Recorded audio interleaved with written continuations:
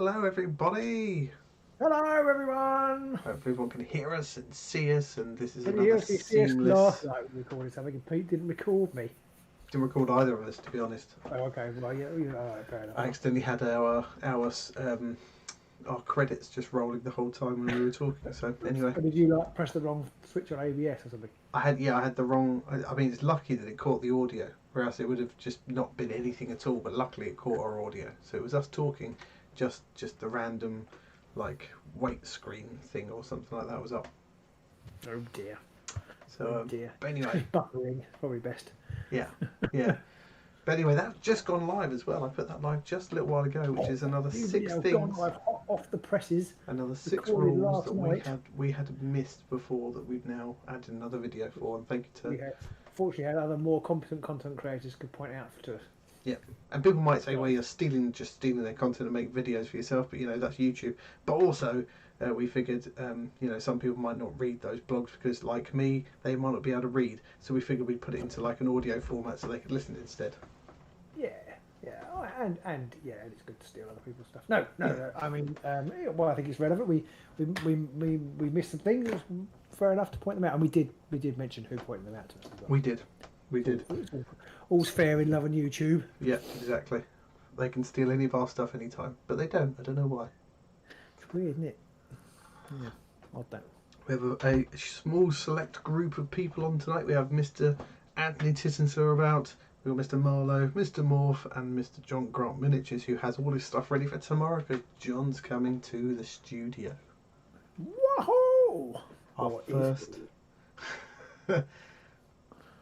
Our first guest to the studio is John. He's going to be bringing some Underworlds for a Harrowdeep bat rep with Robin, and then he and I are going to be playing some Aeronautica Imperialis. Yeah. Now, John, we were thinking of shooting a Halloween episode of two death warbands. To the death. It's a bit violent. Format. But I've been wondering whether people might prefer us to play one of the new warbands against whatever John brings, which is probably going to be the Reapers. So just if you've got any thumbs up, or no, that won't work. I did that last week, didn't I? If you want us to play Xandar's Truth Seekers, it'll probably be, because they're the ones I painted. Say XT in the comments. And if you don't care, then just don't say anything. If you're happy to see whatever crap we dredge up, then just whatever. Put death if you, in the comments, and then you'll probably get banned. Sending death threats. We've got Mr. Greaves as well in the house, and Sterling Northam has also joined us. Welcome aboard, gentlemen. Welcome aboard. So tonight's episode is all about Harrowdeep again, which we've kind of, we've already kind of done it to death almost, but this is possibly. We'll finish early tonight, then. Bye. But I think now it's out. Now we know all the details about it. Now we've got something. VJ says Blitzball. We do have VJ Blitzball. We have got Blitzball. It is booked in. It is booked in. Unfortunately, it was quite bad timing because we had John already booked in as a guest. We have another guest booked in, and Robin goes on holiday for a week. But as soon as that's done, we will be playing Blitzball. 100% guaranteed. Promise. Cross my heart. Hope Robin dies. So you're looking the wrong way, Robin. You've got to look the other way. I'm looking both ways. Why this way? I see to wave to you. Yes. I don't want to wave to you. You just said you would have killed me. John's sitting there going, yeah, join the club, mate. I'm looking forward to getting John in and seeing what goes down. It will be a rivals match, so it's going to be interesting to see how these warbands do with their base set of cards.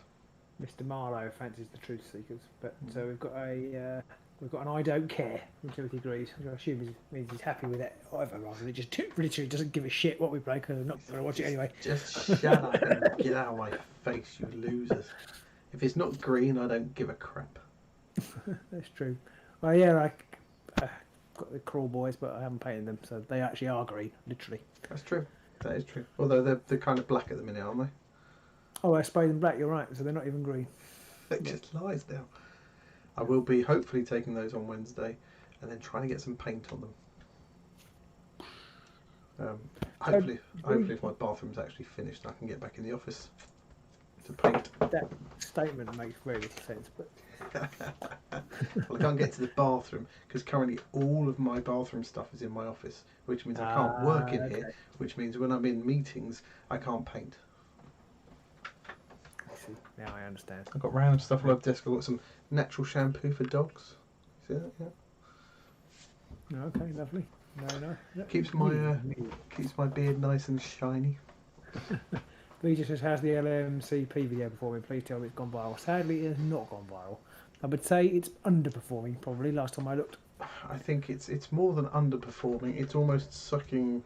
It's almost negative in our viewage.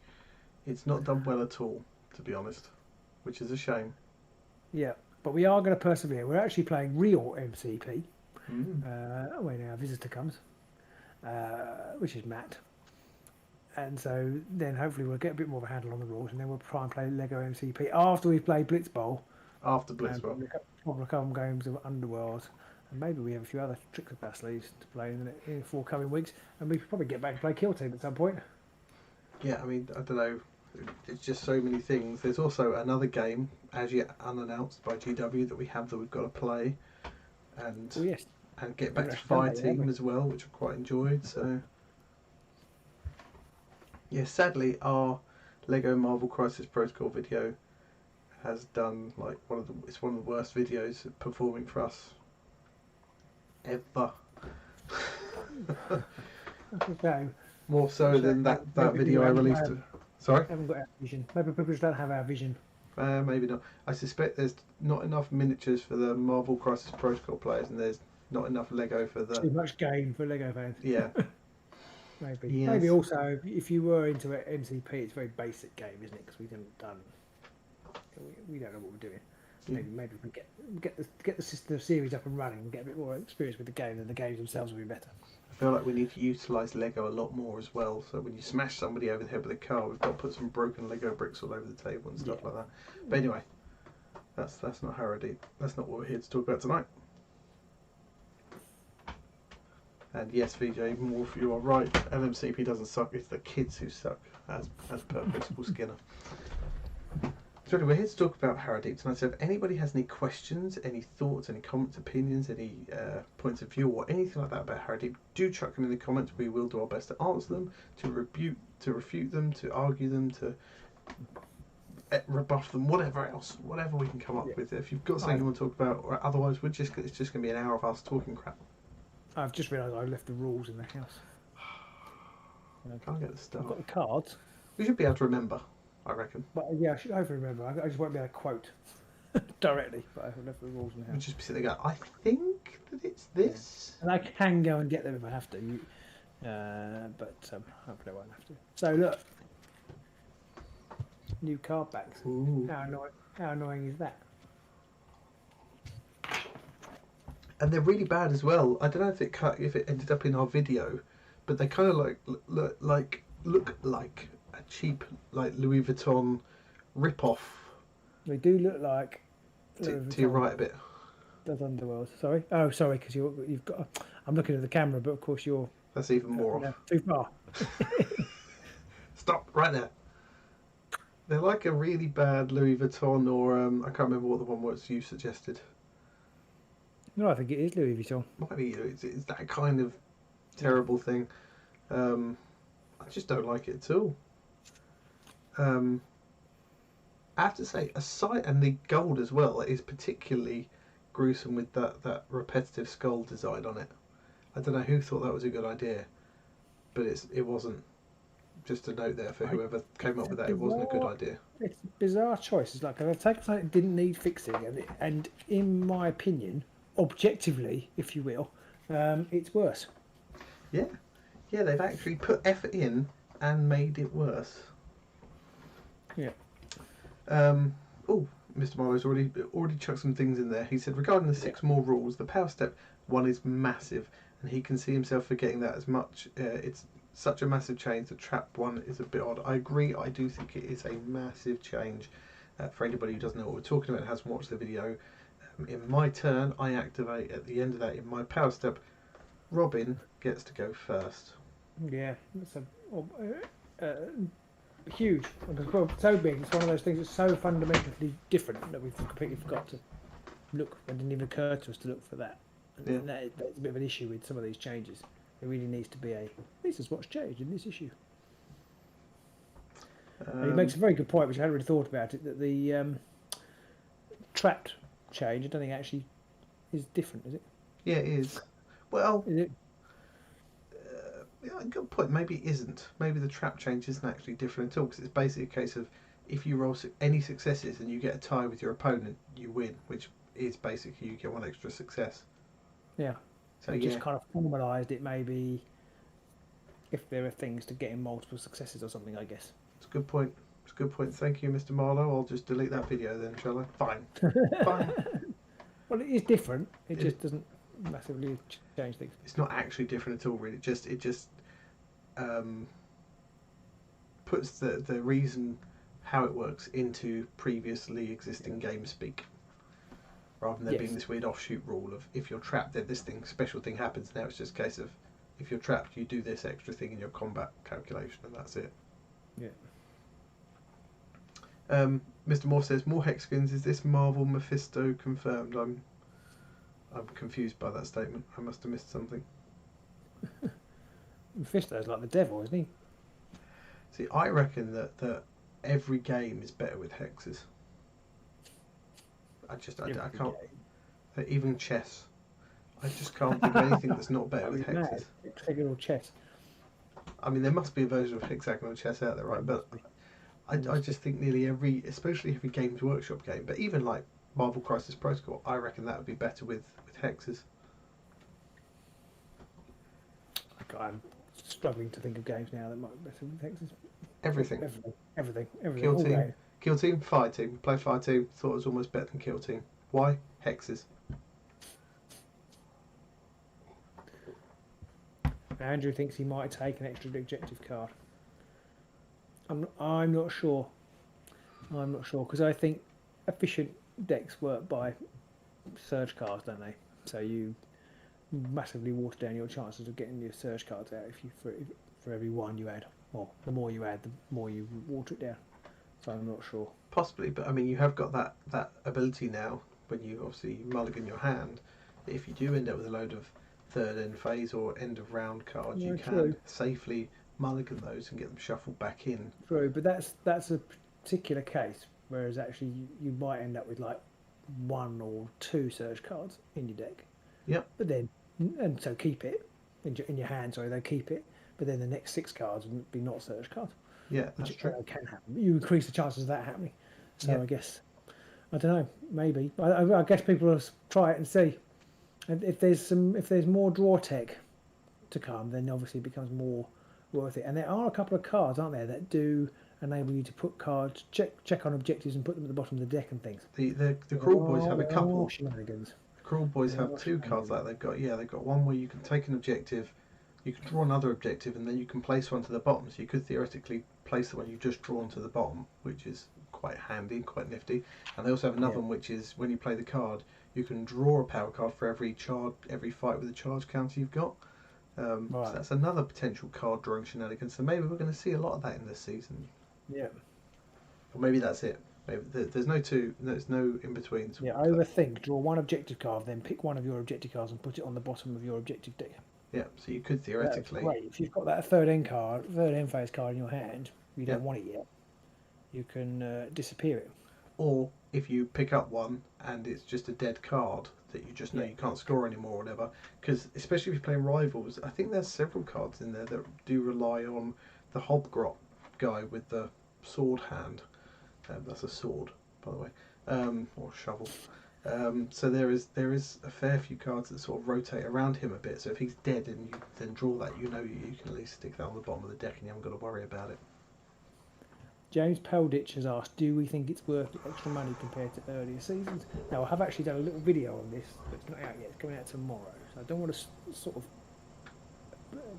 say too much of what I've said, but I think Games Workshop stuff is always expensive and the price always seems to go up. And I think whether you think it's worth it ultimately comes down to whether you think that you'll get the enjoyment out of the game equal to the value that's in the game that you spend on the game. That's a bit of a cop out, I know, but it's it's a game. You don't need it. It's good fun. It's obviously not as good value as the first set because it's £25 more, and you don't get £25 more worth of stuff. But we live in uncertain times. Costs of things are going up. Everything's going up, which has a knock-on effect. I mean, I would say that Harrowdeep as a game is better than Shadespire was. I think it's more complete now. It's more balanced now. The warbands are more interesting. I think the game of Harrowdeep is better than the game of Shadespire. Is it 25 quid better? You've got 4 years of kind of rules investment and design investment in it. I'm not sure the actual core set itself is better. It's hard to know. I mean, for me... Sorry, go on. Well, I was just basing it on the 2 warbands. I mean, you don't have to deck build now, which is good. But just basing it on the 2 warbands, just the box, then I'm not sure. I mean, I just can't remember how good. I mean, we really enjoyed Shadespire when we played it, and then Shadespire and Nightvault, and then tempered. Thoughts of it are tempered by the cards that came afterwards that kind of broke and spoiled the game, and then really new restricted list improved the game and that kind of stuff. So you've got all that going on. Whereas just the core set, you haven't got that. But I don't know whether it's better. I honestly don't know. I mean, to answer the question, I think, and Brandon said it as well on it, it's not a cop-out. Worth is entirely subjective, and I think it is something that each person has to come up with. Yes, it's more expensive. We've had inflation since then. We've had a global pandemic that has caused massive shortages in card stock and other things like that. So there are a lot of factors that go into this. You do get more cards in that game. There are more cards in in this version of the base game than previous ones. As to whether that makes it worth it. A bit better value, and I think you get a bit more value. Well, not value is perhaps the wrong word, but the Grand Alliance cards adds something. It gives you can mix things up a little bit more, but also you don't have to mix everything up. If you know what I mean? I think that helps new players. They can use some of the same cards across similar decks, if that makes sense. I quite like that. Yeah. It's not all universal. You haven't got to swap out all your faction cards for universal. You can actually build a deck which kind of works more with other things, but is more thematic. No Prey Remains asks, as a new player to Underworlds, do we think it's worth his while sourcing old warbands from Shadespire and Nightvault on eBay? Are they still fun or just horribly underpowered? Personally, I don't think it's worth it for the amount you're going to pay. If 65 quid makes you wince, and I'm not saying it does for No Prey Remains obviously, but if you're starting to go 65 quid for a base game, you might be looking at paying a similar amount for some of the warbands, and I don't think they hold up as well now. There's a few gems, but I don't think it's worth it.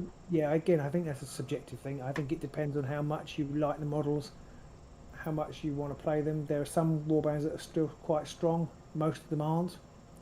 And it depends on where you're thinking of playing. If you're thinking, I'm going to take Joes and Axes to glory at the Grand Clash, then don't. But if you just want to play with your mates and have a bit of fun, then you like the Fire Slayers, then just seek them out, have fun with them. You can do well with them. There are people who do well with them. They put a lot of time and effort into doing well with them. Yeah. But I think so. It certainly isn't worth chasing down all of them. No. Because then you end up in a situation where you've got 50 warbands or something, and you can't possibly play them. And also, I mean, some of them, are better than others, especially Season 2. There are some really good warbands in there, like the Gits and stuff like that. But at the same time, you could be looking at paying 30, 40 quid or more, or even more in other currencies, depending on where you're at.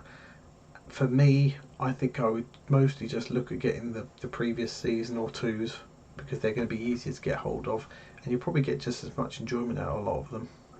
That is definitely true. That's definitely true. I think, I would say, unless you really particularly want to play the Gits, then or whatever warband it would be, I would say concentrate on what's coming new, because they are better designed generally, and for example, anything pre Beastgrave doesn't have a complete Relic Rivals deck. So if you wanted to play Rivals with somebody, you can't really. So yeah, that is another problem. Mr. Marlowe made the comment of Harrowdeep certainly seems like a soft reboot of the game. We kind of discussed this in the video that has just gone live tonight, in that it does seem a bit like a slight reboot of the game, but maybe not enough to make it different enough. And the problem that gave us is the fact that the starter set that came out last year is now even more unlike the base game than it was when Chasm was out, which is quite a big pile of poo, really. Yeah. Sorry, I wasn't listening. I was reading the comments. It's fine. Don't worry. I'll just keep talking. I'm really sorry. It's fine. Yeah. Fire Slayers are great fun. I spent ages in Underworlds Online playing Fire Slayers and actually didn't get too bad with them, but I think that was quite a restricted and wonky meta, so they could do a bit better there. But there are people who do well with them. Last time I played them, I got utterly trashed, and so I haven't really felt like playing them again. Yeah, the last time you played them was against Nurgle, wasn't it? Yeah, I think so. Brandon says playing Garrett Reavers is fun. And I think Garrett Reavers are always fun. I think they're always going to be slightly underpowered, although there are people who have had good success with them too. But they're always fun, Garrett Reavers. Always fun. Yeah. Yongjin says, with Rivals, do you have to swap out your deck if it's not legal with an entire legal deck like Silent Menace? As far as we're aware, yes. They haven't really, apart from an article on Warcom, which generally seems to be written by people who've never even played the game and maybe skim read another article on Warcom about it. All they've said on there is that if you want an older season warband, you just pick up one of their decks, and then they mention the Silent Menace one. So I think the idea. I'm right in thinking that the Silent Menace deck was basically just however many cards, 32 cards. Yeah. From Chasm, wasn't it? It just slotted into the Chasm numbers. Yeah. So once you shuffled them in, so to speak, there is no way of telling you that they're from the Silent Menace deck. Unless you use good old Underworld's DB, and who wouldn't? But yeah, that's the only way you can find out. To say it's a Rivals deck is BS, really. They happened to bring out a pack that had the right number of cards to play. Yeah. But, yeah. It's almost like afterwards they've gone, oh, we're going to do this new version called Rivals, and people can use their decks. And then someone's gone, hang about, what about Season 1 and 2 Warbands? And someone else has gone, oh, we've got the Silent Menace deck, that's 32 cards. They've gone, fuck yes! Come on! Totally meant to do that. So I wonder whether the Rivals decks that are coming will have a separate icon, logo, and whether they'll have different things up here. But we know... I'm guessing you'll be able to separate them and put them into Championship decks. But we do know that there's only one coming between now and Q2 next year. Yeah. Which is a bit crap, really. It is, it is. But I'd rather they erred on the side of caution than made 2 or 3, one of which was massively overpowered. True. I'd rather they got the balance right between the faction decks and the Rivals decks, and rather than just bombarding us with decks. But they probably won't. So what we'll end up with is one deck which is either shite or massively overpowered, and no other options to say this one's crap. That is the fear. So let's go with. Just effectively said. Yeah. So James Powditt says, wonder if older warbands will get Rivals decks. Well, we have the Silent Menace Rivals deck, and there is one coming out. GW did announce in their roadmap that there is one coming out in quarter one next year. They won't do new faction cards. I mean, that's really what they could do, is they could do enough new faction cards to make all the others up. Yeah, but we know they won't do that. What I think, if you're playing casually, I think there's a course to say you just play with the faction cards and then pick. They're a couple of objectives short, aren't they? And I think they're 3 objectives short, and that's it. Right, that's all it is it? I think so.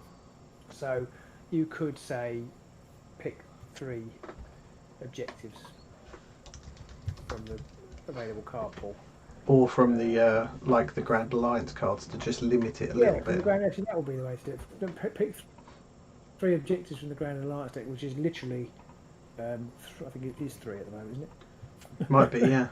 I think there's 3. I think eventually it'll be about 5. So that's probably the way I'd do it. Let's say pick 3 objectives. You have those 3. That's probably as close as you can get. And if you're playing casually, or even not entirely serious tournament, for me, that would probably be okay. I haven't really checked whether there's any massively overpowered cards. I don't think there were, but I think that's what I did. Didn't Nancy ask about the rivals, the Grand Alliance card somewhere? I can't remember what I saw he'd asked that. I'm just checking to see how many cards the warbands had in season 1. Okay.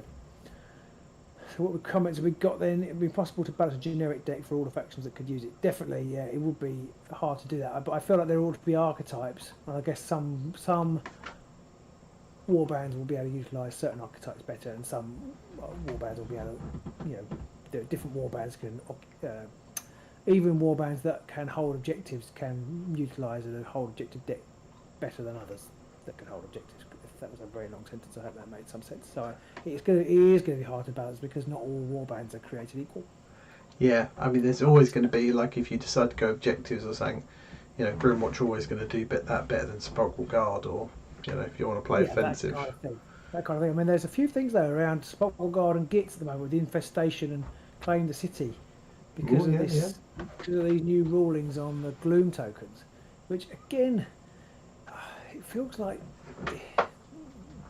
it wasn't tested properly. I mean, maybe it's fine because I haven't played it. But it just feels like those cards are worth 5, aren't they? 5 glory. They feels are. like they're phenomenally easy to score now. Possibly but that's the thing, isn't it? Underworld is meant to be like a best of 3, so if you do that in the first game and you manage to pull that over on your opponent and you score that, you're not going to score that again because your opponent's going to immediately put one objective in their back half and flip that over and then just leave it. Well, which one? Some of them are. Well, I suppose so. Some of them are just having the whole lot. There are ones for having the whole lot held, aren't they? Which immediately becomes more difficult. But that one was a universal one. Was it a universal? I think Blade Coven might have one for several being held, but possibly. You're right. If it's uniquely your warband, it is much trickier. The Gits one and the Guard one will both hold all the objectives basically. So you're right. It would make it harder to score. Although there are ways and means, aren't there? Possibly. Although not if you're playing rivals. No, that is true. And if you're not playing rivals, you're probably not going to take those cards. Yeah, that is true. Well, you might. Maybe. Mr. Tettenser says that he's disappointed that they basically killed Vanguard after one season, since we don't even know how many warbands we're getting for the season. It was a bit disappointing that this Rivals format probably has done for Vanguard. I think so. I mean, we don't know because they haven't released any information about the formats. No.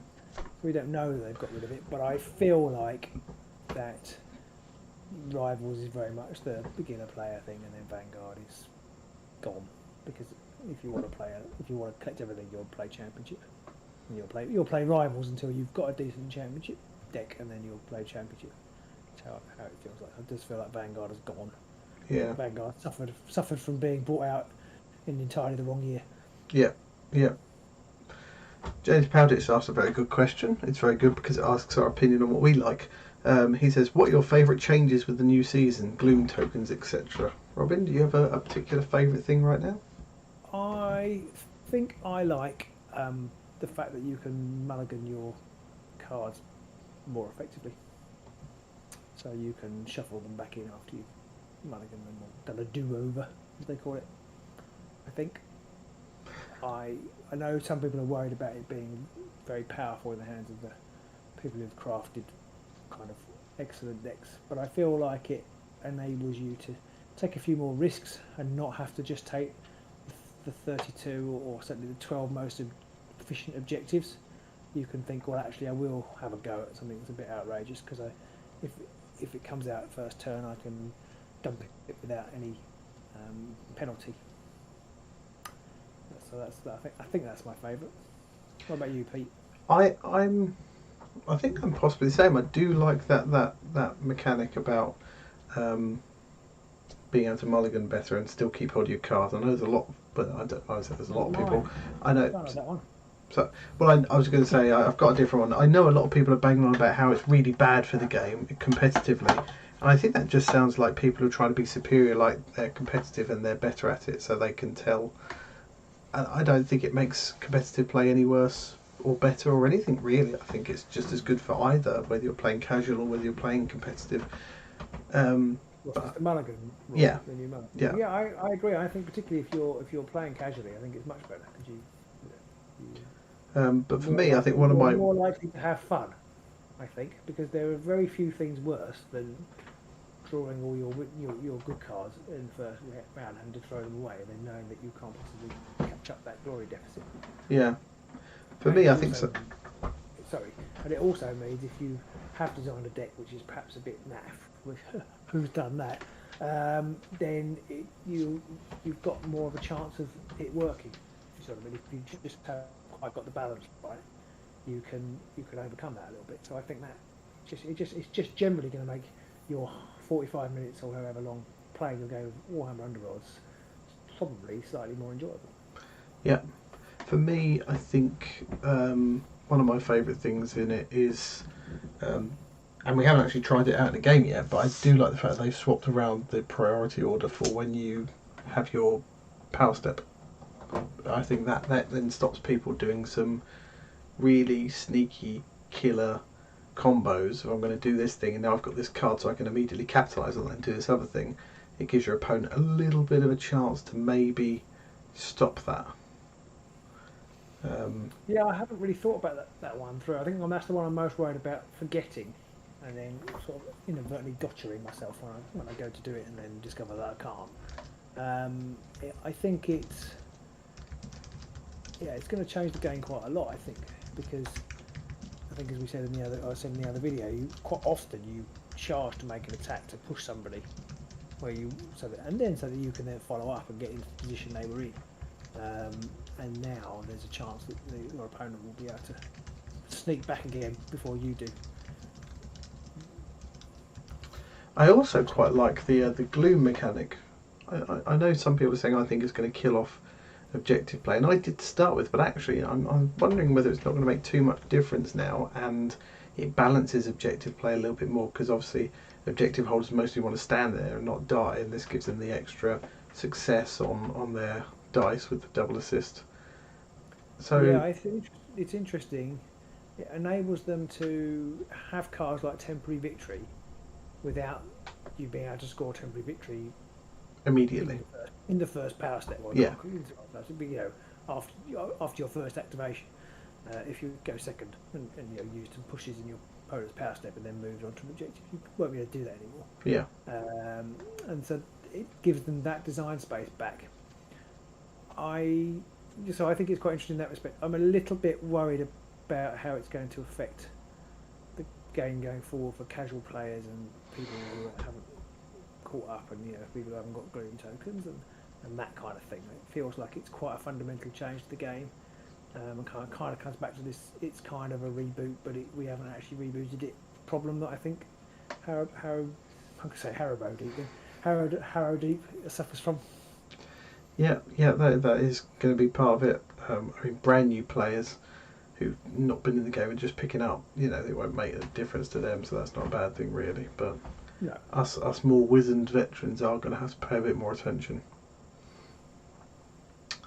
Yongjin says that he thinks the game probably feels a lot more fair, but I wonder if that's just because there's not many cards around at the minute if you're playing either Rivals or Vanguard style or whatever, because there's just not many cards in this season yet. Do you know what I was thinking about? What I liked about Rivals, because we've had kind of flip-flopped a little bit on Rivals. First, when it first was announced, I thought it was great. Then when I found out it was just like the faction decks and stuff, I thought, well, that's not really giving us anything, and it probably isn't going to be balanced, so it's a bit rubbish. But our game we played one game. I felt so freeing, almost like I didn't have any trousers on. It was just so. You didn't. I just felt when you play Championship or even Vanguard or whatever, when you've built your own deck, you've got that whole worry that it won't work, and then you've kind of got a plan, and what happens if the plan goes wrong, and how you're going to. And I find that internally stressful. Whereas when we played with the Rivals deck, it was almost like. It doesn't really matter. Obviously, you can be better by studying the cards and learning what they are, and how they work and everything. but actually you can just pick it up and just play it and just deal with what happens. Which I guess is very much more like when we were back in the Shadespire days. We didn't have quite so much.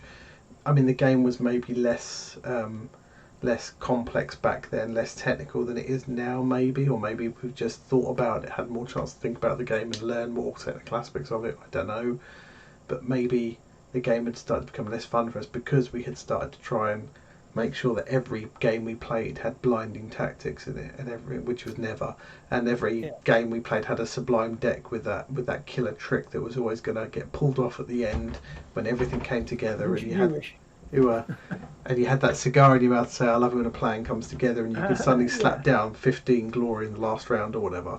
I wonder if maybe now, because it's just like, here's some cards, what's going to go on? Don't fucking know, let's just play a game.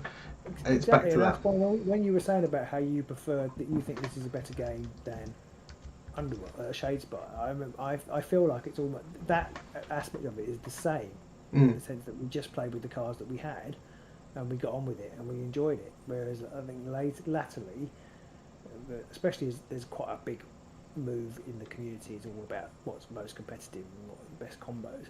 You feel like you feel like you've got to be in that, especially if you're making content.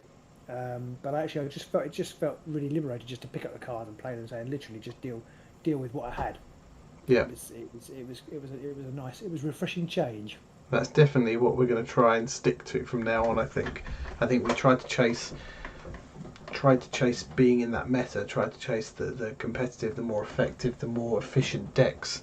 And I don't think that's what we ever liked playing, to be honest. And I think that ruined it a little bit for us, whereas this one gives us a chance to go back to our roots a bit more and just go back to having fun with it.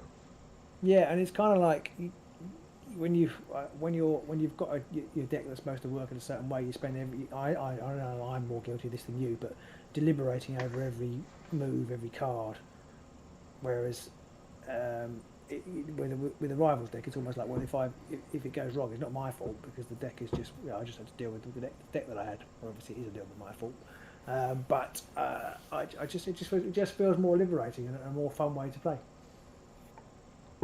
So James has also asked another good question. I like you, James. You should stick around more and ask more questions. He says, are the two warbands evenly matched with the rivals decks? That's a hard one to tell, based on the one game that we've played. Yeah, it felt pretty balanced. It was close. I don't know if you've watched the game, but it was close. And well, I won't say too much because you haven't watched the game, but it was close, and it was in the balance till the end. It was a little bit swingy on the dice rolls, I think. It was a little bit. But yeah, they felt close. How they match up to other faction decks, I don't really know. The Stormcast one felt like they were a bit more of the classic offense, easy thought process of get stuck in, start killing things, getting people's faces. The orcs, the cunning crew, definitely felt like they were more of a subtle deck where you needed to be a bit more careful with your fighter placement and your counter attacks and your supports and stuff like that. But I think they then married up, because whilst the Stormcast were just a classic charge in and smash face, they didn't necessarily have quite some of the easier cards to score like the cunning crew did. No, some of the cards are tricky, but I didn't at any point feel stymied, which I think is the worst thing, when you just feel like you can't do anything. I think it comes back to when you have a deck that you've made and you know that things have to go a certain way, or you need certain cards to be able to do certain tricks in your deck. That's when you start to feel stuck, because it's not going the way you want it to. Whereas if you've just got a deck that's out of the box, you don't really know if it's going well or not, because it's just, well, I don't know what the overall plan is. I mean, you can tell if you've got like one fight left at the end of round one or something like that, but overall, I almost feel like the sweet spot for me, and we'll perhaps try and play some games, move along, is a faction deck with the Grand Alliance cards. Yeah. So you've literally got, as it stands, got 9 choices that you could swap out. So you're still going to have 23 cards that are from the faction deck, but you could swap out if you wanted. Yeah. And so you might find that some of the faction cards don't quite work like that. I feel like Despoilers, for example, might have a couple of cards that are complete opposite to one another. Like the spell one. And yeah, the spell one. And so you could swap in something that's just a little bit more reliable from the Grand Alliance thing. So I feel like that actually might be a more fun way to play, or not a more fun, but less brain taxing than Championship, less kind of chasing the meta than Championship, but just a little bit of flexibility just to make your playing experience just that little bit smoother. And Brandon pointed out as well and here that he did enjoy the early days where games ended with maybe a dozen or so glory between the players, because it seemed like every objective you scored was meaningful, and obviously as well, glory wasn't just sloshing around, so you had to be a bit more careful with your upgrades that you played. Yeah, I mean, we found that with Vanguard when we first started at the beginning of last season. I think when there were 4 warbands. Yep. It very much felt like that. The glory count was a little bit lower, and because the Essentials pack hadn't come out, so there wasn't access to great strength and great fortitude and all those really obvious cards. You had to think a little bit more about what card you played, and you had to be a little bit more circumspect with the glory that you were earning or what you spent it on. And I do remember that being a big plus. I didn't really play very many towards the end of Chasm when the whole season was out, because we kind of lost interest in it. But we lost that passion. I think the last game we played was because we played the Skellies versus the Soul Raid, I think, and then we played Soul Raid versus the Ravagers, and I think that was kind of where we left it. I've actually really enjoyed that game, and that was, I suppose that's a testament to the different game styles. That was the game. Sorry, it wasn't the last game that you said, but the Skeletons versus was it Soul Raid? Did you say? I think so. Skeletons versus something. I think it might have been. You played the Sepulchral Guard deck as well against the Reapers. Yeah, Reavers. It was that game. It was 2 really well made decks, but they were full Championship. But it was that was actually a pleasure to play. Mr. Morph says that the lower glory is better. He's always thought the game would have been better with 4 rounds rather than 3. I don't know if I'd rather play 4 rounds over 3. I definitely think the game works better if you play a best of 3 though, because if you have that first game and your luck is terrible, you could very quickly line up for a second game and play that out quicker than the first game. I've always tried that. I wonder if that's been done in playtesting, playing over 4 rounds. I can't imagine it. What I'd do, if you could succinctly say, VJ, why you think it would be better 4 rounds rather than 3? Because it feels like it plays quite nicely over 3 rounds. Quite often there isn't much left to do. Yeah, I mean our game that we played with the starting warbands was, I think the 3rd round was mostly us just drawing cards. Yeah, well we got ourselves a situation where one of us could kill the other person, but the other person didn't want to die, so it was just kind of kept separate. Yeah, so I mean 3 rounds does feel fine, and I think best of 3 is probably the best way to play this game, but obviously if you want to play a more casual game, you don't want to have to play a best of 3 really. No. Alright, I mean that's a very subjective thing. I don't want to play a best of 3. I've played a game, if I've been crushed and it's because obviously my deck sucks, the last thing I want to do is repeat that process. If I think it was a close game and I was like, oh, if it hadn't been for that crit at the end there or something, then that's a whole different story. Then maybe I would, but even if it wasn't a best of 3, I might still fancy doing that in that situation, because you're always when you if you just lose a game, you're always tempted to say, how about another one, just another, gambler's fallacy kicks in. Yeah. One thing I definitely have learned in my time of playing non-GW games is that I'm not quite so much a fan of the crit mechanic anymore in Underworlds. No. I'd almost rather that they had the crit mechanic from like Marvel Crisis Protocol. Yeah. Yeah. Any reason for the red magic dice? Has there been a change in the magic mechanic? No, they just didn't. All the dice different colour actually. We realised once we opened them. The white ones are kind of off-white. Yeah. Kind of. pearly colour, and then the blue ones, the black ones, ones. and then blue. Black They're ones are now very dark blue, and I think they're very slightly dark. different in size. I reckon they're very slight. I think they are. They at least feel very much bigger. Well, I don't think they are. Maybe they're not. The black and the blue one, which is really bad. Bad choice. But I mean, even if they're not, they might not be. I don't think they are. The newer ones did just they are slightly different colorations. Colours. But I interrupted there. There was a lot. I thought I was just going to say no, they're not. What were we talking about? Crits on dice. Crits on dice. Yeah, the Marvel Crisis Protocol mechanic is quite nice, where a crit is a success, but you can roll another dice. Yeah. And that is. I wonder what they would do to Underworlds if you played it like that. I mean, generally, I guess there'd be a lot less successful attacks and defences. Generally, because on the Marvel Crisis Protocol dice, you're gonna get a success 3 times out of 8, aren't you? Because you're either gonna get the hit, the crit, or the swirly. So it's 3 out of 8. Yeah, I can't remember if they're that. I can't remember if each thing is on there once. They might. Our success is only on there once. I feel like they might be on there twice.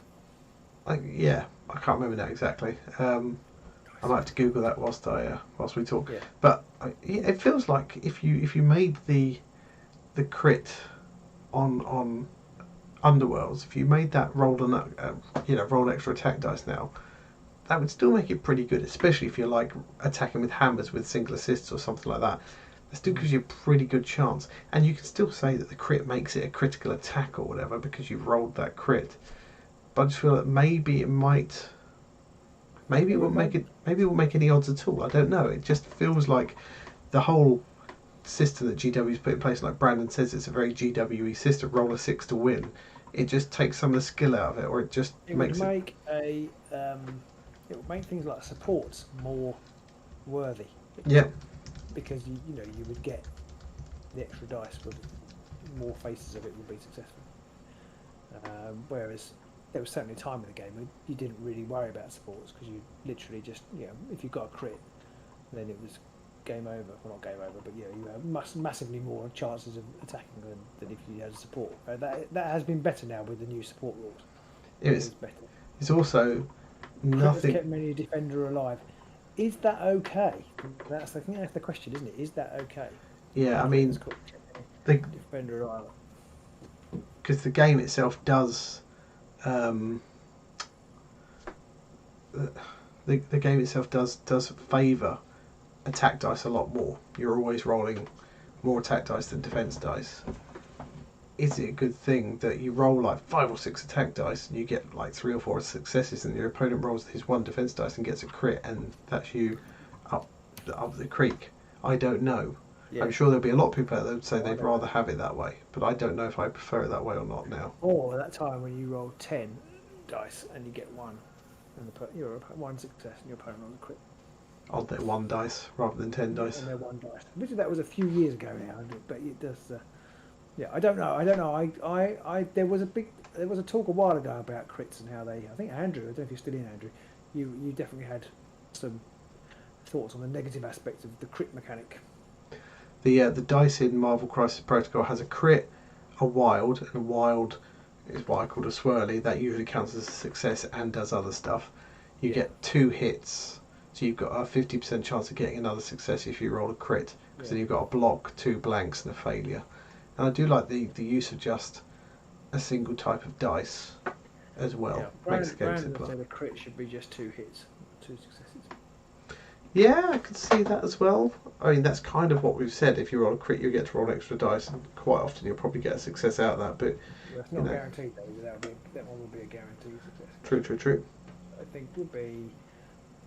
I'd be interested to go. What do you think? I'd be interested to try it and see how that works. There could be more effects on a crit then, because if a crit is slightly less powerful, you could have more effects on it potentially. It's because there aren't that many effects on it. There are some, but it's very powerful when it goes off. It's like, oh well, Yeah, I mean, I know it was restricted in here, but say Glass Dagger. Was it say Glass Dagger? You get a crit, which means you almost certainly hit, and you do 4 damage. Yeah. It's like insane. Yeah. I mean, again, saying how I prefer the crit mechanic in Marvel Crisis Protocol, I kind of also prefer the extra faces on the dice in Marvel Crisis Protocol. Just the 6 sides on D6 in Underworlds makes the game feel a little bit more swingy to me, especially when one of those 6 sides, a crit, is almost always a guaranteed get my own way kind of result. Yeah, I mean, I'd have to play more of that game to know, to really know how I felt about it. NCP. Yeah, because it's we only played once, and it felt good. But obviously, we've played Underworld a lot. Maybe just sometimes we've just had a few bad experiences with the crit mechanic. Maybe NCP has its own downfalls when we start playing it. I think VJ. Well, no, the answer to this is Dead Zone. I think doesn't it have repeating crits, so you can just keep rolling. If you get, I think it might have D8. It might actually just be 8. But if you keep getting the max, whatever the max is, you keep going. Whereas Marvel Crisis Protocol, you only roll 1, which I do actually quite like. It is literally just 1 re-roll per dice. It's like looking in God tier as well, because when you're attacking in God tier, you roll a handful of dice. Quite often you're rolling 5 or 6 or 7 dice, but you have to beat a static score. And again, I think because the average value on the dice is quite low, each dice you're looking to score, you're looking at rolling about 0.8 of a success on each dice. If their defense is 4, I'm going to have to roll at least 5 or 6 dice to get an average chance of beating them, that kind of thing. So that seemed to level it out as well. The dice mechanic in Underworld just seems quite spiky to me. Maybe that's a good thing. Maybe that's what keeps it exciting and keeps it varied, whereas the other games it's a bit more of a level flow, so you don't have those spikes in the game. I don't know. It's hard to know. I think it just feels a bit like sometimes though you particularly, I mean, aggro, it swung back towards aggro a little bit, but there was definitely a time where it was quite difficult to build a reliable aggro deck or warrior in the game, and you invest time and resources and game state into doing that, and then you make your attack, which is probably pivotal for getting some glory, and you don't get a good roll, and your opponent does get a good roll, and that's it. That's it. Game over. Whereas if there are still in an objective situation, there were still ways to get back on objectives and things. I just don't really know now where we stand. It's a while since we played, and obviously the Gloom tokens kind of changes that balance as well. Yep. I do wonder if it's just that's what GW want to do. They want to make Underworlds a bit more swingy and a bit more spiky and a bit more dramatic with highs and lows in the games you play to make that more exciting. Whereas other games, maybe like God Tier and MCP, they're not quite so erratic, and that appeals to a different thought process for people. I mean, they've added cards as well, so having decks is a whole nother element of a variable where the dice can go wrong and the cards can go wrong to really spoil your day. And I guess that's why they made it best of 3 game. Yeah, I'm not sure. I mean, you tend to roll more dice in God Tier and Marvel Crisis Protocol. I don't know whether that obviously that averages out the curve a little bit too. Yeah, true. So James has asked another good question. What new warbands are you hoping for this season? Well, I think we've almost had it guaranteed that we're going to get pirates. Yeah, pirates are looking good, which I'm quite excited about actually. Some kind of pirates. I'm not sure what kind of pirates. Undead pirates? Orc pirates. Well, I did see on one thing, war. It's more like uar. I know on one, I saw in one place someone was suggesting we're only going to get 4 warbands in this sort of release before the next core box comes out, and if the next core box comes out is also 4 warbands, then that gives them a chance to do 1 of each Grand Alliance in each one. So if that's true, we know we've got order and destruction, so we're looking for a chaos and an undead. So if I had to pick between one of those 2, I would pick an undead pirate warband, and that would leave something even more out there for chaos. Maybe demons. Yeah, I think that's a good shout actually. Because it's not a undead parrot, is it? I don't remember now. No, it might not be. I don't think it is an undead parrot, but that's interesting. But that would suggest I don't know where pirates would fit in. Well, I guess the Warhammer Total War, it was like vampire pirates, wasn't it? Okay. So all right, so it could then be. I mean, undead. I feel like if they are going to do one of each Grand Alliance, which you kind of feel like they should do, otherwise the Grand Alliance cards, if you're new to the game, are useless. Well, not really, because you could just pick up. If they didn't do an undead one, you could just pick up the vampires or Canaan's Reapers from last season. That you didn't want to do that. You only wanted to buy Harrowdeep. Yeah, true. Yes. Yeah. Then there will be no use for them in the game that they were designed, nominally designed for. Yeah.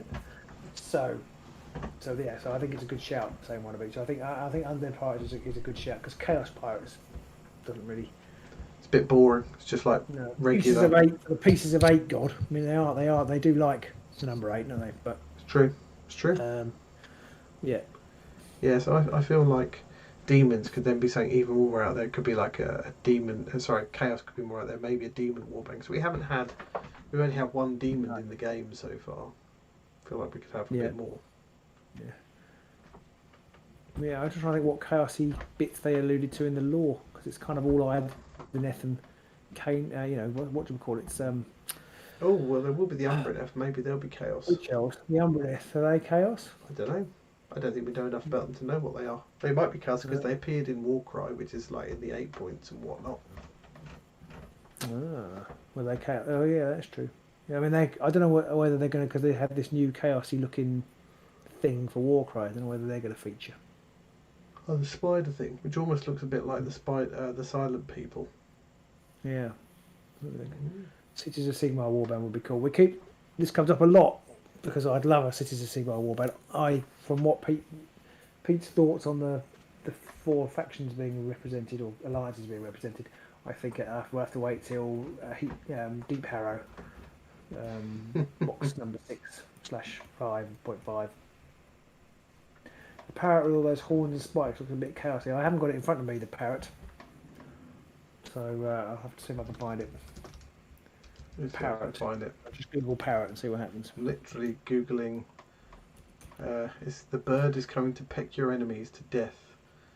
Oh no, that's the stupid Stormcast parrot bird thing.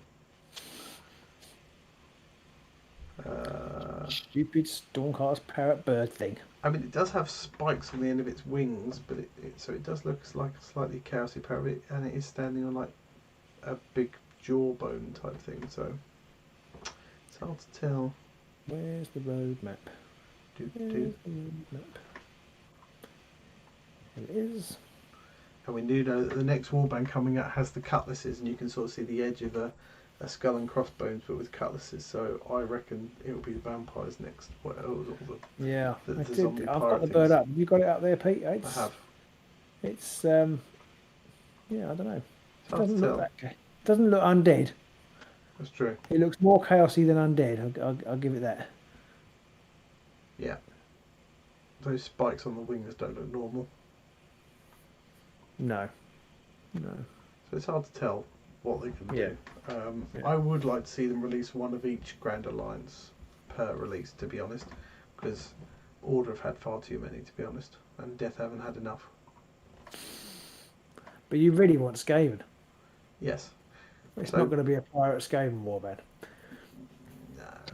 No, I don't think. I mean the pirates. They desert sinking ships, but I don't think it's going to be a Skaven, piratical Skaven warband. I guess there's nothing. Putting the rat in pirate. I guess there's nothing to say that the parrot has to be undead when the rest of the crew are. True. And then that would mean that the Chaos faction would give us room for Skaven, the Clanessian maybe. Yeah, I feel like that. That would be the most logical way for it to break down, but that probably means it won't. Yeah. Anything that's logical immediately means it's probably not happening. As rumours point out, the power is from Ogre Pirates warbands. It's proof some rumour engine point out to them. But that would be destruction again, wouldn't it? If it was Ogre, yeah. It was Ogres, yeah.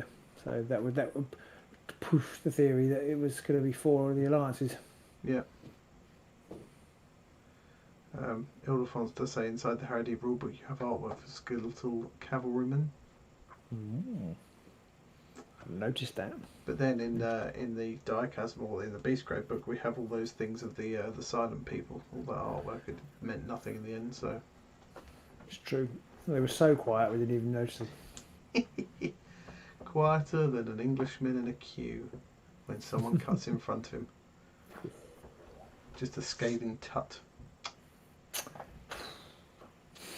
And if you're really angry, a bit of a head shake. I went down to a drive-through test centre today to get our test to fly test done, and there was barely a queue. It was very un-English. Every time I've had to go, we go to the one over at the airport near me, and every time we go, there's nobody there at all. Is that a general COVID one? Yeah. Right, yeah, because this was obviously a private one, but because it was right down by the runway, more or less. It was great. Yeah. I never know there was a road there. Sorry, this is very. I don't know why I'm talking about this on hour, but I didn't know the road. Right down by Gatwick Airport. I was like, oh, just drive up and down here with the kids on the weekend. They'd love it. I mean, it might be in the same place as where I had mine done, but maybe Right. you get shifted off to one side if you're doing the private ones or something. I don't know. Yeah. It's pretty cool anyway. Back to Underworld. Under Rick says maybe it's not pirate ogres, but a sinister sort of ogre. Undead pirate ogres. How cool would that be? I mean, yeah, if you want to mash, go for it. Mash as Now, many this different bit, things Chris, together. that bird, right? That isn't the model. The model is that skull thing that it's sitting on. It's basically a animate pair of jaws that's trying to eat the bird. Well, maybe it's not part of the warband at all. Maybe the parrot is just a bit like the trap from Hrothgar. Oh yeah. It's a distraction thing. Undead chaos pirate ogre ninjas. Why not? I mean, they really missed a trick back when they were announcing Hrothgar by not just sharing the image of the trap and that was it, just leaving it at that. Because people would have had a frigging clue what that thing was coming out then. Trap was cool. I like the trap. I think sadly it wasn't really that much cop in the game. Well, it was one of those things, wasn't it? If you could get it down in the right place, Yeah. it could spell doom for even the hardest opponent because it did 2 I think damage. it was too much of a liability. Yeah, if you didn't get it in the right place, or you placed it too early, because you thought that I can't remember his name now. I can't remember. It's just whenever you try and think of one of those, but it's always lug it and thwack. It's just whoever you try and lug it and thwack. I know. Wasn't he like the Australian one? Yeah, Bushwhacker. Bushwhacker. Oh, Valentin did. Hello, Valentin. I think it was thank you, Valentin. If you thought he was going to die, you would immediately just chuck it down. But then, if it was in the wrong place and you ended up with your own ogre getting shoved into it or something, you were Which stuffed. happened. But it's always entertaining when that did happen. That is true. It's always funny to see him get taken out by his own trap or a lethal hex afterwards. Maybe it's part of new terrain, Valentin says, with sunken ships and treasure chests. That's a reasonable shout. I kind of hope that it's not. But I don't think it is because it's on a round base and all their terrain doesn't come on bases. No, it doesn't come on bases. That's very true. Johan de Rick had a dream about Celesti spiders. The less said about that, the better, I think, isn't it? They were. I say. Yeah. So I don't know what I want to come next. I mean, every time last season, even when we knew some of the stuff that was coming out, I was still pretty impressed by the models that came out, like the vampires and the reapers, even the fish elves. I liked them. So Valentin was just joshing with us, but he's still having some underwater terrain. I would like to see some underwater terrain, definitely. Do the boards have blocked hexes? I feel like they do. I feel like this one must. Yes, there it is. So we've got a couple of blocked hexes on that one. Nothing else. This one has a dreaded 3 lethals. It's not the first time we've had 3 lethals in that triangle formation. The last time we done it, it got banned. It's not nice. We got rotated out very this quickly. one is the only one with, I want to say gloom hexes. Is that what they're called? Cover hexes. They're called. Cover hexes. I've just realised that again. My camera is not. The circles are no good for me holding that, are they? So there you go. So you've got a couple of cover hexes down the lethal one, that one, and then that side is completely free of anything. It's got 2 sets of doubles though, which could be useful in certain situations. It has got 2 sets of doubles. And then so do you want me to show the block one again? I was a bit close. There's the blocked one. Okay, so you've got two blocked hexes in that one, and then 3 lethals on that one. That 3 lethals one, the starting hexes are all over the place on it. Yeah. So a total of 2 blocked hexes over the 4 boards. Yes, that's not enough to make terrain for. That is a very good point, Valentin. I guess they could make some lethals and some, but they can't really make cover hex No. terrain. You've got to be able to put the model in it. Unless they made it out of that stuff that butchers used to have outside of them, those kind of tape hanging down. Yeah. I guess you could use the one of the Chasm pieces was that skeleton, the dragon skeleton that took up 2 hexes. You could probably use that fairly accurately for. Yeah, but they're not going to do a whole box of terrain. I don't know how well they sold for them, but they have millions of those in the little secret gift bag thing they did. Gift pack thing. Off. I don't think the terrain was a good investment for them. No. And the other problem we've got with all these boards, I mean, just over your right shoulder, we can see just the number of boards. And granted, that's both our sets of boards, but just the number of boards, just. I did actually mention that in my video that's coming out tomorrow. But yes, there is. There are quite a lot of boards there. I guess at least we could chuck those in the recycling. We'll get a lot of money for those. Also in my video tomorrow. Yeah. Valentin loved the terrain. I did. I thought just getting some of that terrain down. Sorry? I didn't. It goes against my. It goes with my usual. I don't need that to play, therefore it's rubbish. Somebody said that they were. Oh, Johan de Rick said that he was sad that his guess about the special hexes being some kind of teleportation didn't pan out. Yeah, that would have been quite cool. I think we're all a little bit sad about that. Yeah, I am. That would have been quite cool, I think. Try to look at how. Sorry. There's going to be another 4 boards in the second core box, and maybe they'll make the terrain then. That's entirely possible. Maybe. I mean, they did when they did the Chasm terrain. They did that 2 hex terrain piece, and in the original Chasm box, there were no 2 blocked hexes together, so it was completely unusable. So. Wow. You never know.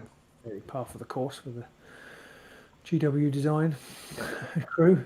So you never know your luck. You might still go. I still reckon they'll do a terrain set for it. The biggest question I think is whether when this new core box comes out, if that's going to be treated as a whole new season, or just like you say, is it going to be Deep Harrow instead of Harrowdeep? Are we going to get 6 monthly seasons? Is the rotation going to be the same? Because if it is, then fuck that. If it's just going to be a way of re-releasing the season halfway through the year, I don't have too much of a problem with that. If the rotation means that your cards are only valid for a year, though, that's I can't see them doing that. There's no reason for them to do that, especially as there are less cards. Yeah, I feel like it will have to be 2 years worth. Whether it's called season 5 or season 6, I think materially, I don't think it's going to change. Possibly not. Apart from that, we'll have more boards and more bloody counters. Yeah, and dice. Yeah, and that is the thing that worries me a little bit about 2 core sets. I mean, it's quite nice that you get the 2 warbands together, and we probably buy both the warbands anyway, so we haven't really lost out there. But it just seems a nonsense to keep making us buy counters. Yeah. You can say, well, you're getting those free because the 2 warbands cost roughly the same as 1 box, but you're not really getting them free because it's all factored into the cost of production, and cardboard is going through the roof. Yeah, it feels like for the mid-season one, it should be almost like the 2 warbands, cards, the board, but that's it. No more tokens. No, really but then have it's the not a tokens. core. Then it's not a core set, is it? Yeah, true. So it just seems like a, I don't know, especially with the price of cardboard and supply and things, yeah, because they don't make those bits in the UK, do they? The cardboard bits. I think they get made elsewhere. So yeah, it just seems like a slightly odd decision to have at this time. But that's going to be one of the biggest potential turn-off / killers to the game for me is going to be how this core box in 6 months turns up, how that's going to be handled. That's going to pretty much decide it for me, I think. Something like the Champions of Dreadfane or whatever that was called. Well, it could be, but that had tokens in it as well. Oh, the Champions of Dreadfane didn't, did it? No. It was Dreadfane that had board in it. But this is being marketed as a core box, so it's going to have everything in there. Yeah. We haven't really talked about, and I did mention at the end of our last video, how stupid it was to have a starter set, which they then rendered it almost entirely obsolete with the very next release. Yeah.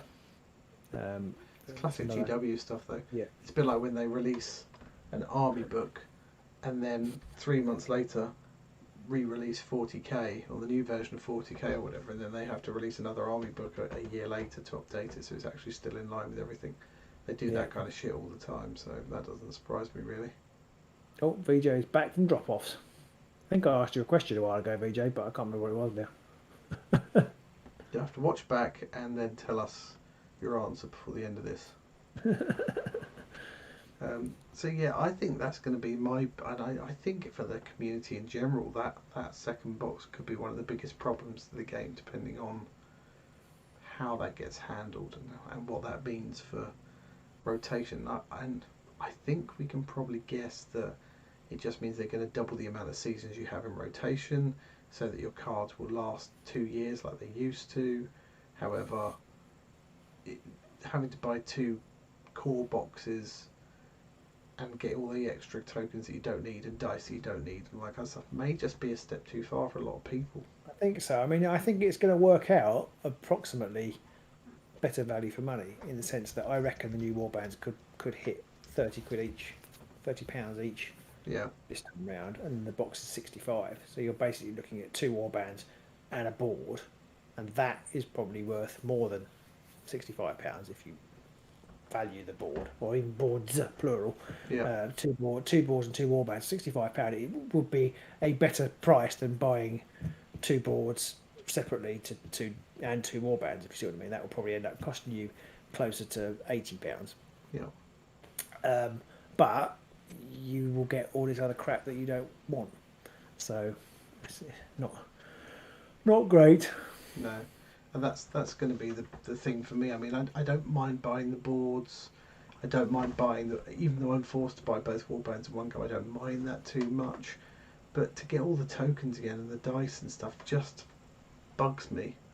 Also, I'm running out of room back here. I'm not going to be able to fit them all up. So.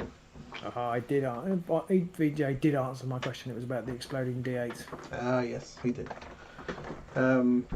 He asked about are either of us interested in Monster Apocalypse 2 player starter set. I don't think I've ever heard of that. And then you answered yes, definitely. Was that somebody else? Yes, that was somebody else. Ah, okay. That was to the being too logical bit. Okay, I'm very confused now. Yeah, sorry. I'm just gonna. My yes definitely came out before Paul's question about Monster Apocalypse, so it couldn't have been to that. It was actually about Anthony Titton's statement about Kill Team Pariah Nexus were particularly egregious, which it was, because they released that and less than 12 months later they released Kill Team 2, which completely destroyed it. Yeah, sorry Valentin, I know that's not a particularly cheery comment about the future of Underworlds. I am slightly perturbed by it, and I think the thing that makes it worse is the absolute bloody radio silence from GW, which drives me mad. Yeah, but I think we're generally feeling more upbeat. We're sort of saying that I think I really enjoyed the Rivals format, so I have got this video coming out tomorrow, which is about whether Rivals is actually going to be a new and really, well, I might as well spoil the content of the video. There's only 25 of you watching. So basically, I've been thinking about how the cardboard costs have gone through the roof, and people are leaving the hobby because the board game prices are going up. And so, lots of people don't want to buy this set, but maybe Rivals will make it better, because you could just buy one box and play that and enjoy that. And if there's if it's balanced, then there could be a really strong Rivals scene, which we mean people don't have to feel they have to buy everything if cardboard costs are going to keep inflating the price of Underworlds, and not just Underworlds, all sorts of games. So maybe it's going to be better. So that's my positive thing, is that I think as long as GW do their homework and get their balance right, or even half right on the Rivals, then Underworlds can continue to grow without breaking the bank. So that's something to be positive about. Yeah. I mean, for now, I'm trying not to think about what's going to happen mid next year. The fact that we're not going to get a warband until after Christmas. Oh, you're such a downer. Is a bit of a bummer. But I mean, that is a bit of a bummer, isn't it? When we know we're not going to get anything till January next year at the earliest. Well, it's one of these silly things, isn't it? It's like we moaned bitterly that, or I did, that the release was too strong, too fast in 2020. We were in 2020. But we've always got some warbands near December, and it was compressed. And now we're saying, oh, they're not giving warbands fast enough. But so we've always had some warbands before Christmas. Yeah, we have. Yes, and it is a bit odd that we're not getting an extra one at least, or even two. That is a bit strange, but I feel actually we can test out this Rivals format, so we can play. It's only like that's pretty much what we're going to be doing. Only anyway, 8 weeks for Christmas now, anyway. Yeah. So we'll just play Rivals. we can play. We're not going to play every week, so we can play a few Rivals formats with the cards that we've got, and then come January there'll be a new warband or two coming along. It's a warband and Rivals deck next, isn't it? I've forgotten already. What's that? Sorry, say again. It's a warband and a Rivals pack next, isn't it? Yes.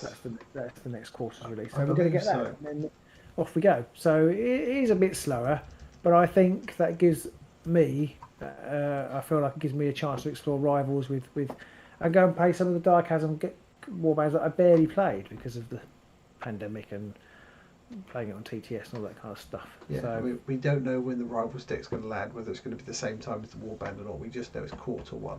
So, yeah, I'm assuming that when we get the new... It's not Q1, it's Q11. Like what you and then Q2 is going to be a new warband and a new core set with another two warbands in. So certainly, end of Q2 by June, we're going to have another... we're going to have 6 warbands all of a sudden, so it's almost as compressed in its release as it was previously. Yeah, except that we had 8. Yes, that's true. We are missing 2 warbands. Normally by about June, all the warbands are out. Anthony's off. Okay, go spend that quality time, Anthony. Have fun. Yeah, we'll always be here. The question is, are we going to get dice for Chaos Grand Alliance, and what colour are they going to have? Or do we have these already? Apparently we do have these, and they are red and black. What's that? That's Anne Valentine's talking about Chaos dice. Oh, okay. Yeah, Chaos dice. See, dice, again, goes with terrain with me. It's a thing I don't need. So, I think it's an odd one the way they're releasing the warbands for this one. We're not going to get anything until next year, but then in the space of maybe 4 or 5 months, we're going to get 4 warbands come out.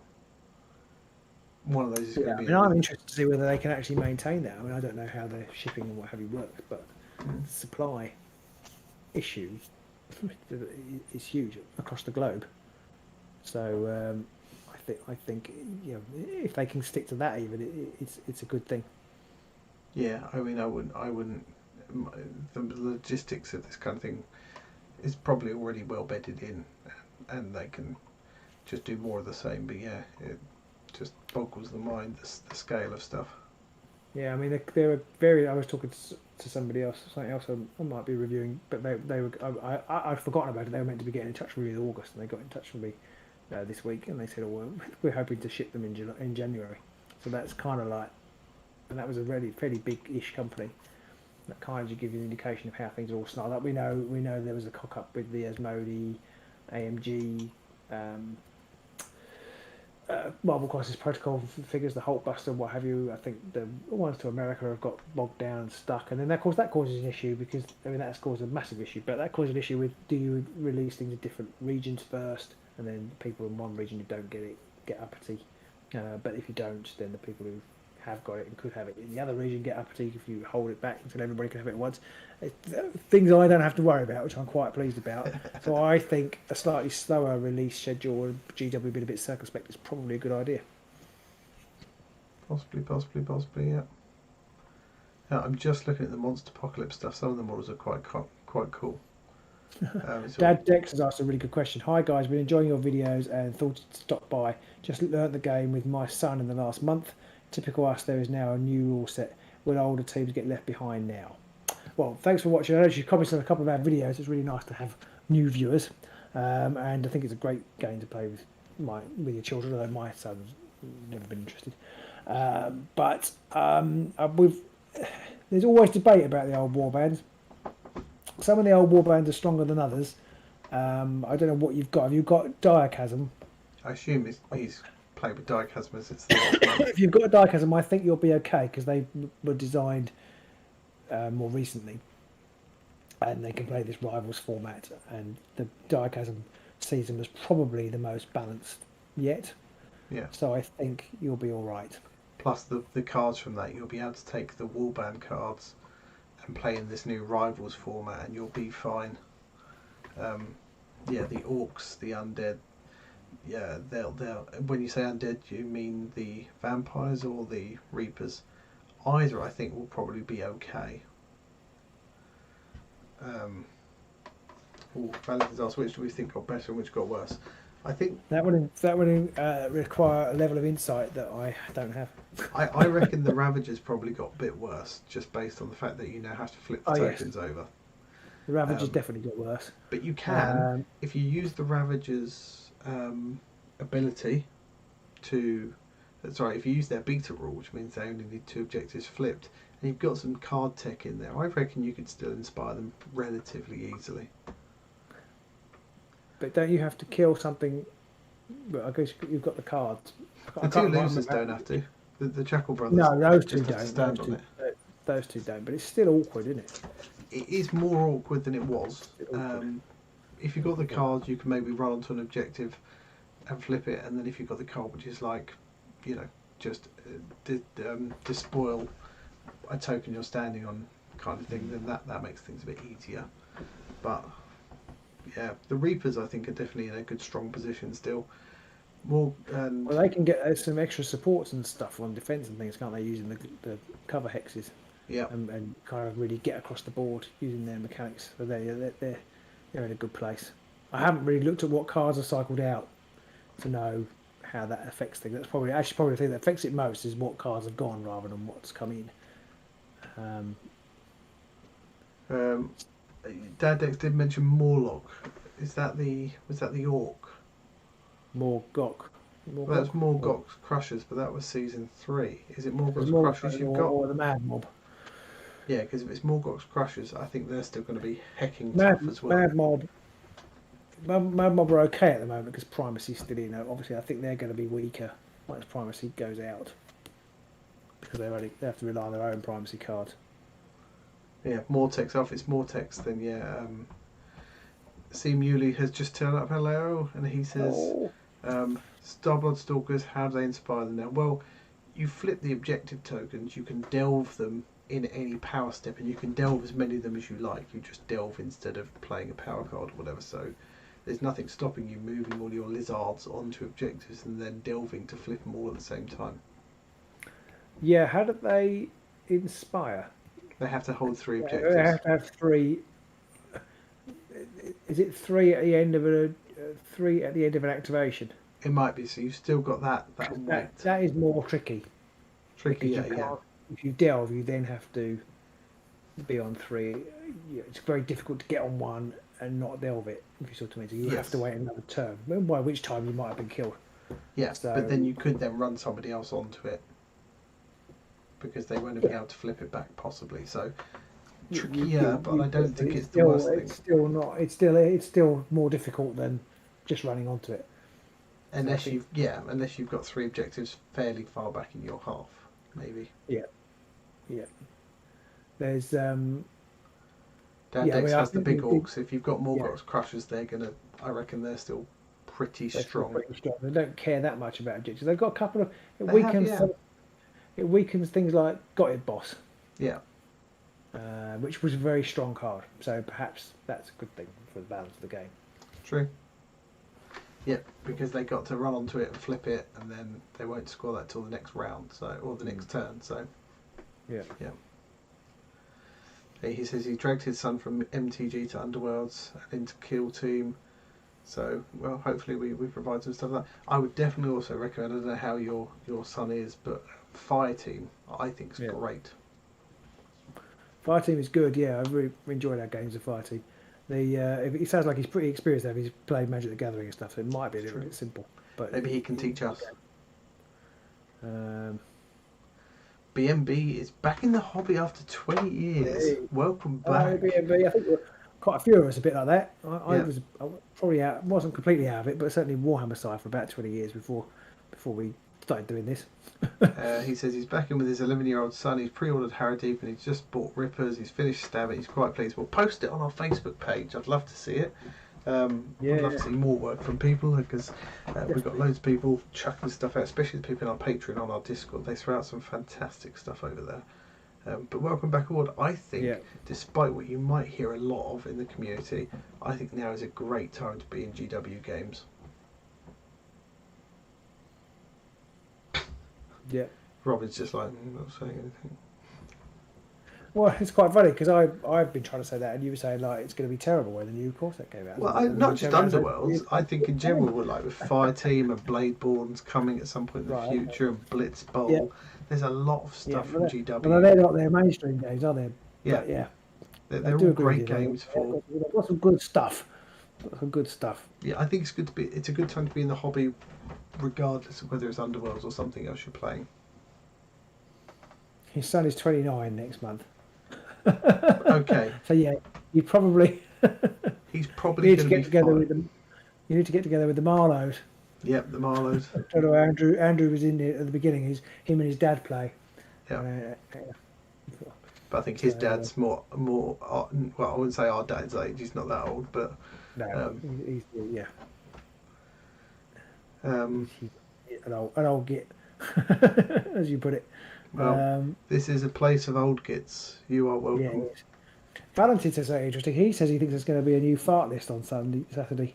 Have you got any reason for saying that, Valentin, or it just I mean, it is time for one, but I guess if nothing else, they've got to release one just to take all of the Beastgrave stuff off. Because all the Beastgrave cards rotate out on Saturday, don't they? That's true. Okay, that's a good point. His daddy's quite old now, Andrew says. He's still here, Andrew. Dad Dex says his grandson is sending his mate from the States is sending one. Cool. And I think you can buy that. I don't know if you're in the UK, Dad Dex. You can buy that in the UK, I think. Yes, it's available in game.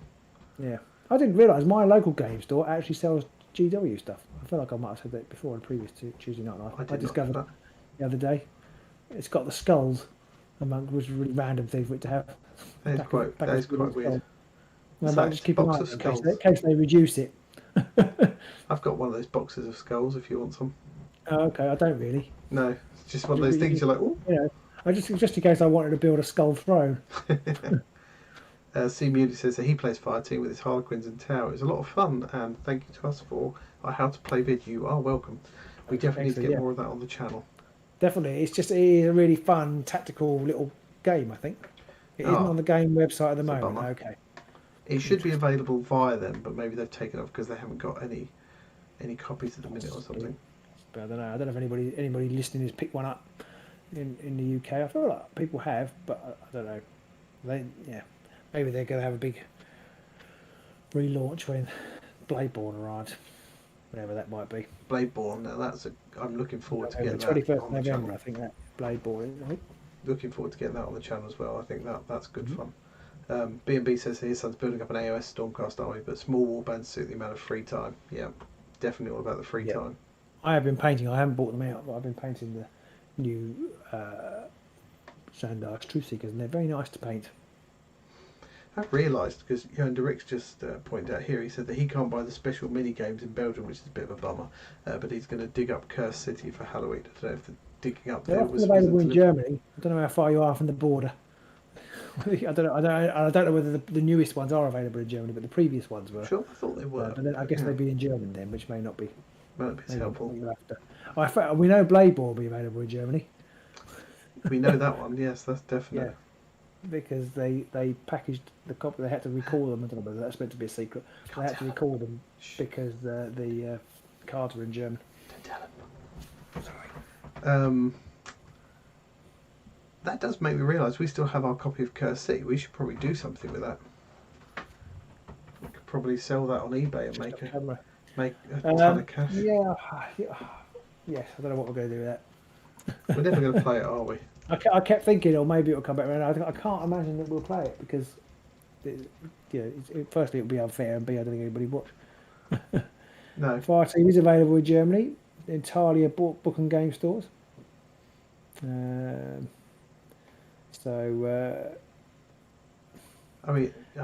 been painting. He's finished his Blitzball team. Whee. Nice work. I'll have to borrow them at some point for the channel.